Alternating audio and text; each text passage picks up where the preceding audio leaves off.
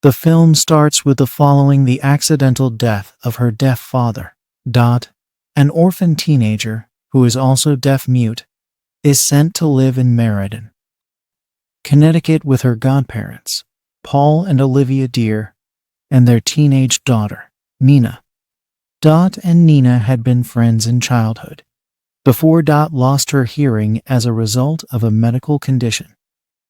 The aloof Nina resents Dot's presence in the home and insults her repeatedly. Meanwhile, Dot observes that Olivia, an unfulfilled interior designer who was close friends with Dot's mother, is an alcoholic with a prescription drug addiction. Late one night, while returning to her bedroom, Dot observes Paul and Nina having a beautiful moment together in Nina's bedroom, unbeknownst to them. It becomes clear that Nina and Paul have had a years-long incestuous relationship, which Nina uses as leverage against her father to get whatever she wants. At school, Dot is a social outcast, though Connor, a basketball player, takes an interest in her, much to the chagrin of Nina's abrasive friend, Michelle, who is pursuing him.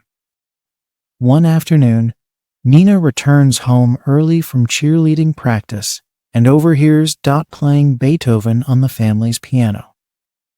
When one of the strings breaks, Nina hears Dot swear loudly, before vocally harmonizing with the strings as she tunes them.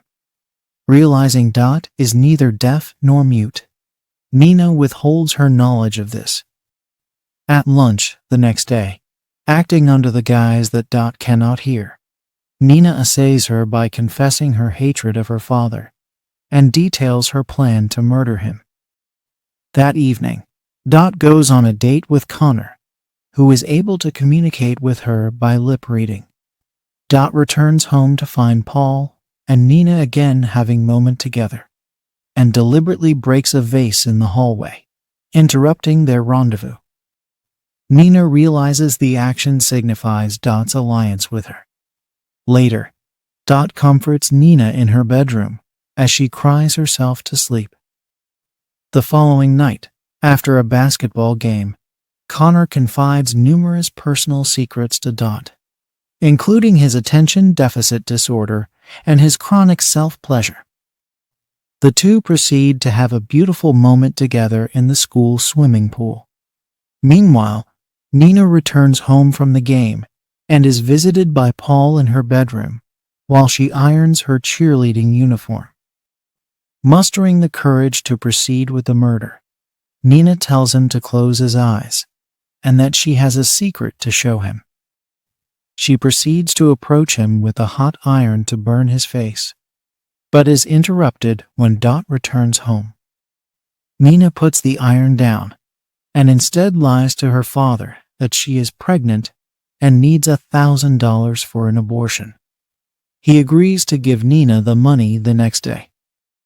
Nina and Dot prepare to attend the school's spring dance the following night.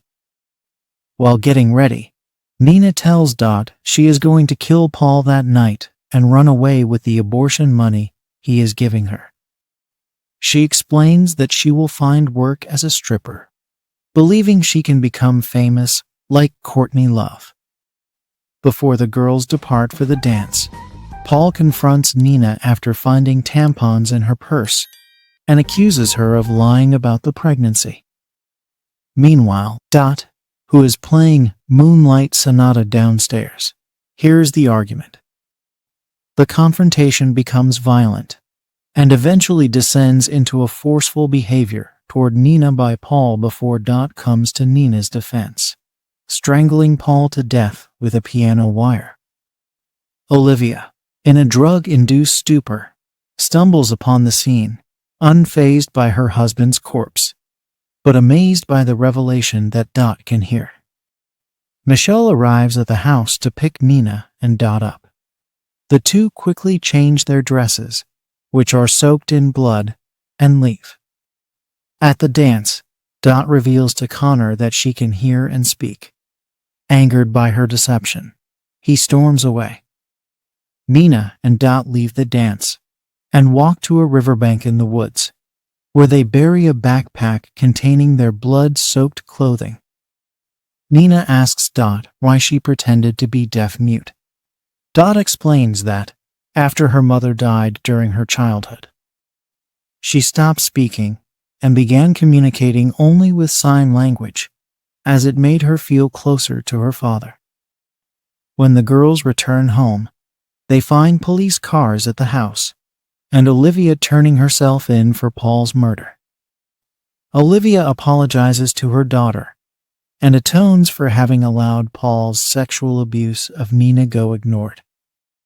The following morning, Nina and Dot sit together and play piano, freed from their respective fathers.